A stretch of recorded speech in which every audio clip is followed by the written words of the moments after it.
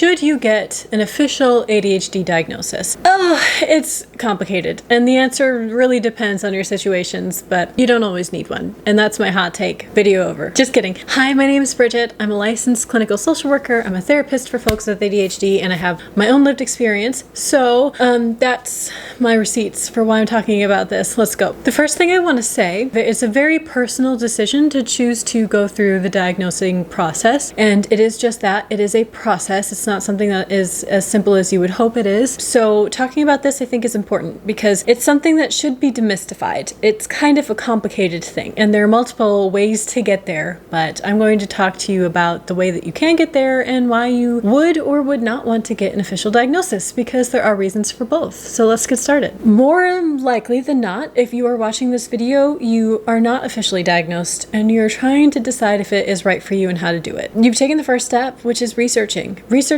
the symptoms of ADHD and how those can present in people like you. So for me, I'm a woman. I actually found out that I have ADHD initially through social media, even though I'm a licensed clinical social worker. In college, my training didn't really touch ADHD. That just goes to show how little value licensed mental health professionals put on learning about ADHD, at least when I was in school 10 plus years ago. Kind of a complicated thing there. But anyways, the first step is, of course, researching the symptoms that are part of ADHD, and also researching which symptoms you have and documenting that.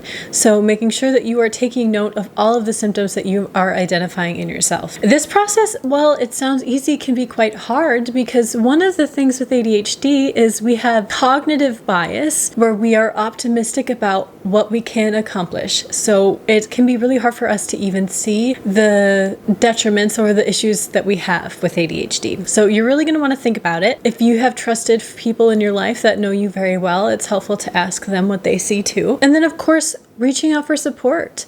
I think one of the best things that you can do, and I might be biased here, let's just say that because I am one, but to get a therapist to talk about your symptoms, and or even to go to your primary care doctor to talk about what's going on. That's usually the next thing that I recommend. And the reason why is not to get diagnosed, but to talk with a professional and get a little bit validated on, yep, those are symptoms that are part of it. Yep, it sounds like that's something you're experiencing, and get someone on your team to help you in this process. So one thing that is really, really important for you to know about getting diagnosed is that you can only be diagnosed with ADHD through a psychological evaluation. And that can only be done by a special professional, a doctorate in psychology or a psychiatrist or something of that similar vein. Somebody with like an LPCIT or like myself, an LCSW. We cannot diagnose ADHD. And I want you to be very, very wary of any professional who says that they can diagnose you if they don't have the capability of doing the psychological evaluation. So one of the things that I do with people is I help them screen for ADHD, and we'll talk about the symptoms and the likelihood of it, and we'll use screening tools that are effective at identifying the possibility of it. I do not actually diagnose people. And then from there we talk about the next steps. So even though getting a therapist or talking to your primary care doctor won't result in an ADHD diagnosis from just those sessions, usually you can get in to see a therapist and your primary care doctor much quicker than you can to get signed up for a neuropsych evaluation, which is the next step. So the next thing that's going to happen in this particular path is, say you've worked with a therapist, you've worked with me, for example. We've gone through the screening tools and we've decided that is probably likely that you have ADHD. The next thing that happens is signing up for a psychological evaluation. And while this sounds easy, there are a few complications with this process. The first one being they can be really expensive. Sometimes your insurance will not cover the entirety or even half of your psychological evaluation, leaving you with a bill of hundreds of dollars, maybe thousands, honestly. So it's really important for you to be really researching where you can get your psychological evaluation and how much your insurance will cover. That's going to be a conversation with the places you're getting your evaluation done and with your insurance providers. That's really not something that your therapist or your primary care doctor can help help you figure out.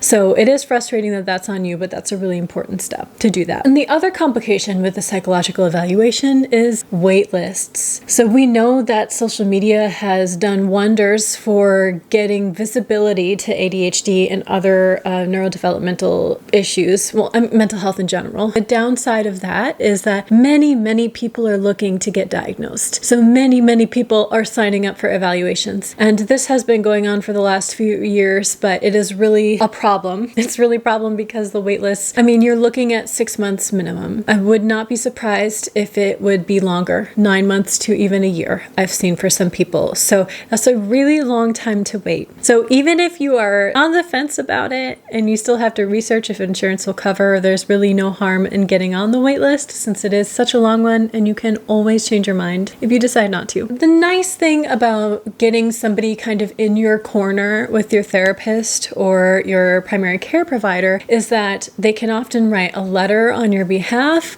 They might have connections for people who do the psychological evaluations and can kind of help hurdle you along a little more gently. I'm not saying it's going to be like the thing that gets you through the long line of folks who are waiting, but it can really help give validity to your standing and, kind of get somebody in the ear like, hey, if there's a cancellation, can you get this person in sooner? So I just recommend having somebody in your corner for this process. So the next step would be to go to the evaluation. And a lot of people have questions of what that looks like, and rightfully so. It can be kind of intimidating going into something like that. Now I want to be very clear that although I am a therapist, I do not do psychological testing. It can be a long process. Usually it's at least half a day, sometimes multiple sessions. It can involve talking with you, and it can involve talking with people in your life, your parents or your partners or people that know you really well, that especially have known you since you were young. That's important. It's important to get other people's perspectives when it comes to diagnosing ADHD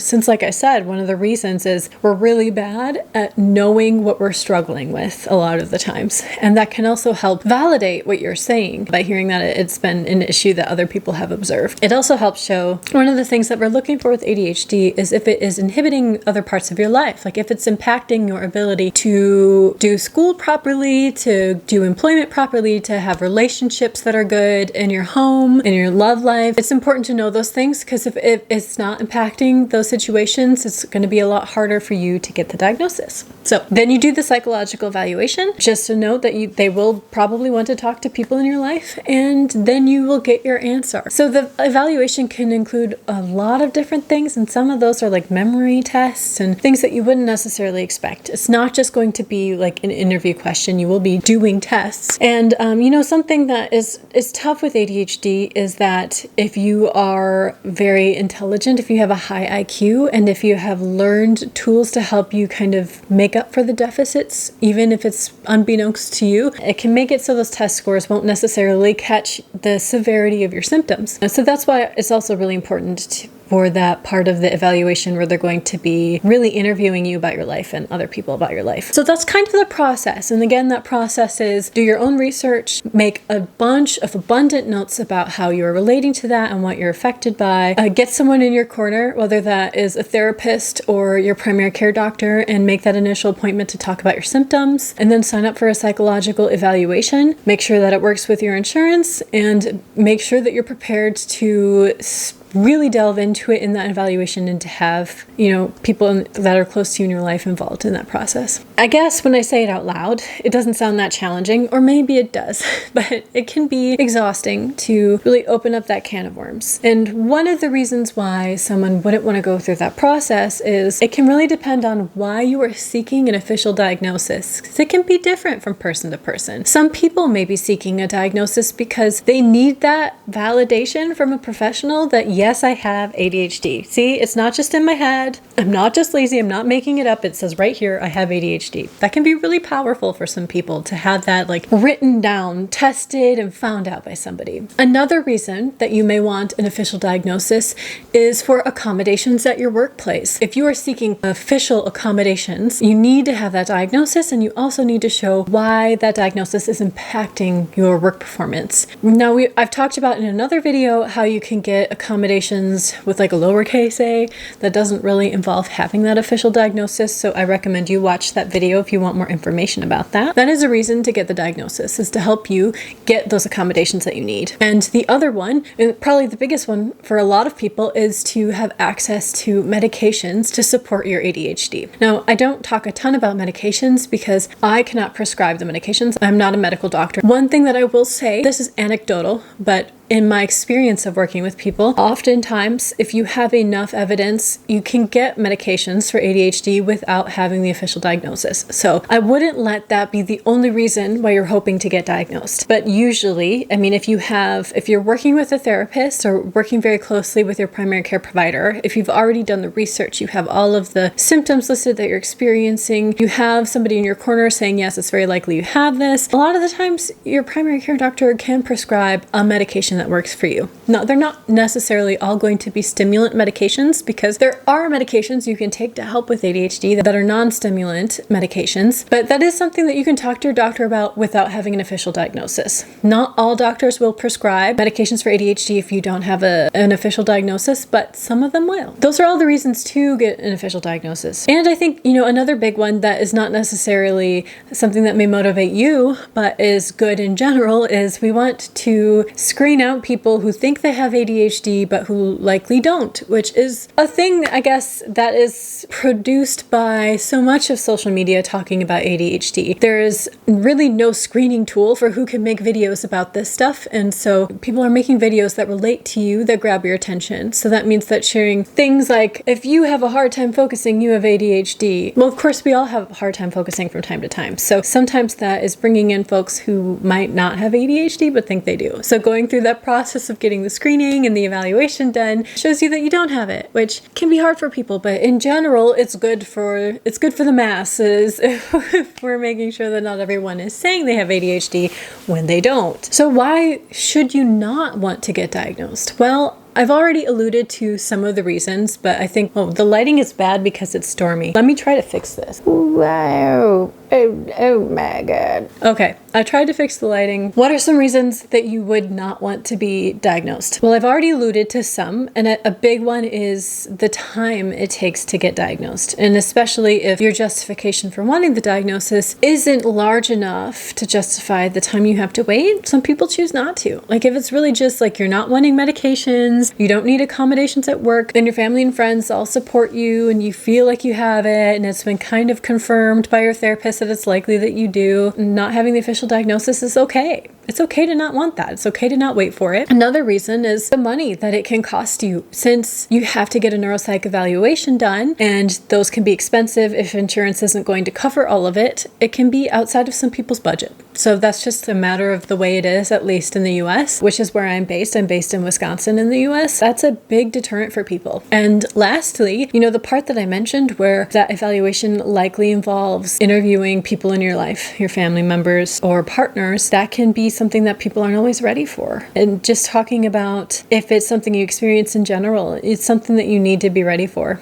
Getting the diagnosis, it's a big step, and it's not one that you should take lightly or before you're ready. It's very niched, it's very personal, and I just want to make sure that it's very clear in this video that I am not a proponent one way or the other. Although I guess if I had to lean in the direction, if you've got the time, the funds, and you're ready for it, diagnosing is a really good thing that you can do for yourself. It's not always necessary. And especially if you're not wanting medications, or you found a way to get the medications that work for you without an official diagnosis, a lot of the times it just is what it is. You don't necessarily need it. Not having a diagnosis does not equate to not having ADHD. What I mean by that is you can very much still have ADHD and not get the official diagnosis. It's still valid. It's still valid. It's still your experience. I'm always a proponent to get validated by a medical professional who is trained in it, who can help support you, especially if maybe you got it wrong. Maybe it's not ADHD. Maybe it's PTSD. Maybe it's anxiety. Maybe it's OCD, you know, maybe it's something else that's going on that's not going to be treated by stimulant medication especially. Anxiety can be exacerbated with stimulant medication, things like that. It's important to talk to somebody about what's going on for you. We know that self-diagnosis, while tricky, has really come a long way, and especially for things like ADHD or neurodevelopmental issues in general, you know, where you have the tendency to really hyperfixate and deep dive into the things that you're really passionate about, passion being the key word. You know, self-diagnosis can be valid. It really can, and that's where most of us start out. So wherever you are in that journey of being diagnosed is okay, and I'm here to support you. I'm here to support you. If you have any questions, let me know. If you're in the state of Wisconsin and you take insurance as I take, I have openings for therapy right now, so let me know if you're interested in working with me. If you're not, I do private pay ADHD coaching, individual coaching, which you can go down below and go to livefreeadhd.com to work with me, or you can just continue to watch these videos, this free content that I'm putting out there, hoping that something sticks. Thank you for watching this video. As always, be kind to yourself, be kind to others, and I will see you in the next one. Bye!